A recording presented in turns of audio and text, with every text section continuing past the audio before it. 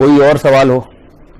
یہ فجر کی سنت کے بارے میں ہم لوگ یہاں پر انڈیا پاکستان کے جو جنوبی ایشیا کے ہمارے جو ممالک کے جو لوگ ہیں. میں سمجھ گیا آپ کا سوال. فجر کی سنتیں جب جماعت کھڑی ہو جائے تو پڑھنا چاہیے یا نہیں پڑھنی چاہیے؟ دیکھیں حدیث میں آتا ہے کہ جب جماعت کھڑی ہو جائے نا, جو عرب لوگ یہ حدیث اکثر سناتے ہیں, جب جماعت کھڑی ہو جائے تو کوئی بھی نماز نہیں ہے سوائے فرض کے. تو یہ حدیث بالکل صحیح ہے. اسی بنیاد پر ہم کہتے ہیں کہ جتنی بھی فرض نمازیں ہیں جب وہ کھڑی ہو جائیں گی تو سنتیں نہیں ہوں گی. البتہ فجر کو علماء حنفیہ نے اس سے مستثنی کیا ہے کیونکہ فجر کی سنتوں کی تاکید بہت زیادہ ہے. کبھی بھی کوئی حدیث ہوتی ہے نا تو ضروری نہیں کہ وہ کلی ہو, بہت ساری حدیثوں سے کہ مستثنیات بہت ہوتے ہیں. بعض حدیثوں میں حکم عمومی ہوتا ہے لیکن اس سے بعض چیزیں مستثنی ہوتی ہیں. اس کی مثال ایسے ہے جیسے 3 وقتوں میں حدیث میں آتا ہے نماز پڑھنا یا سجدہ کرنا حرام ہے, لیکن امام شافعی نے اس سے مستثنی کیا ہے تحیۃ المسجد کو. ان کے مذہب میں عرب بھی اس سے تحیۃ المسجد کو مستثنی کرتے ہیں. مستثنی کیوں کرتے ہیں کہ بھائی وہ کہتے ہیں تحیۃ المسجد کیا ہے کہ حدیث میں آتا ہے کہ مسجد میں داخل ہو تو پہلے نماز پڑھو.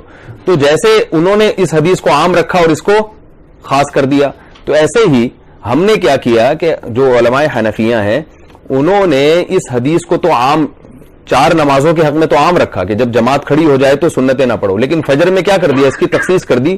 تخصیص اس لیے کی ہے کہ فجر کی سنتوں کی تاکید بہت زیادہ ہے. اس پر سب کا اتفاق ہے کہ سب سے زیادہ موقت سنتیں وہ فجر کی ہیں.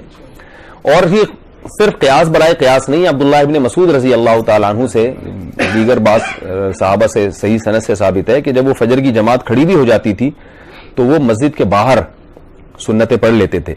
لیکن اس میں ایک جہالت ہے, وہ یہ ہے کہ جس برآمدے میں نماز ہو رہی ہو وہیں سنتیں پڑھنا یہ جائز نہیں ہے.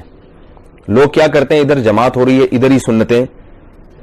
تو اگر آپ کے پاس کہیں باہر یا بالکل کونے میں کسی ستون کے پیچھے سنتیں پڑھنے کی جگہ نہیں ہے تو پھر آپ سنتیں چھوڑ دیں.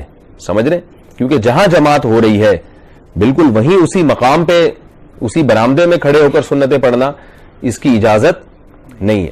دوسری بات یہ کہ سنتیں پڑھنے کی اجازت اس صورت میں ہے جب آپ کو جماعت ملنے کا یقین ہو. اگر آپ کو یہ کہ جماعت میری سنتوں کی وجہ سے فوت ہو جائے گی تو جماعت کی تاکید شریعت میں زیادہ ہے. تو علماء کہتے ہیں کہ فجر کی کم از کم 1 رکعت ملنے کا یقین ہو. اگر آپ کو یہ ڈر ہے کہ میں سنتوں میں مشغول ہوا تو 1 سے زیادہ رکعت نکل جائے گی تو پھر آپ سنتیں نہیں پڑھ سکتے, کیونکہ آدھی سے زیادہ جماعت نکلنا ایسے گویا پوری نکل گئی. 1 منٹ. تیسری بات یہ ہے کہ جہاں فتنہ اور انتشار کا خطرہ ہو وہاں بھی سنتیں چھوڑ دیں. اب یہاں فقہ حنبلی کو فالو کیا جاتا ہے.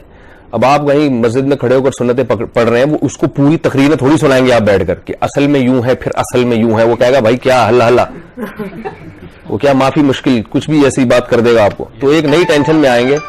تو فتنے سے بچنا کیا ہے, فتنے کا خوف و سنتیں چھوڑ دیں, پھر اشراق کے وقت میں پڑھیں. سمجھ رہے ہیں, عرب لوگ فجر کے فوراً بعد پڑھ لیتے ہیں. فجر کے فوراً بعد بھی سنتیں پڑھنا ہمارے یہاں جائز نہیں ہے.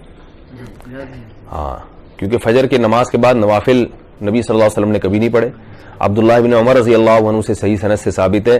یہ جو حدیث میں آتا ہے نا کہ جب جس کی سنتیں رہ جائیں تو فجر کے بعد پڑھے, تو ہم یہ کہتے ہیں بعد سے مراد جب مکروہ وقت گزر جائے, کیونکہ عبداللہ بن عمر رضی اللہ عنہ کی سنتیں رہ گئی تھیں تو انہوں نے باقاعدہ انتظار کیا اور وہ بیٹھے کافی دیر تک. جب سورج طلوع ہوا ہے تو پھر انہوں نے سنتیں پڑھی ہیں. تو عبداللہ بن عمر رضی اللہ عنہ کا یہ عمل بتاتا ہے کہ بعد کا جو حدیث میں آتا ہے نا بعد میں پڑھو, اس کا کیا مطلب ہے. لیکن جہاں پر فجر کی نماز جو اول وقت میں ہوتی ہے جی, پاکستان میں تو فجر کی نماز بالکل آخر وقت میں ہوتی ہے, آپ نے بس فرض نماز ختم کی تو وہاں بیٹھنا ضروری نہیں ہے. فجر کی سنتیں چھوٹ گئی تو آفس جا کے پڑھ لیں, گھر جا کے پڑھ لیں.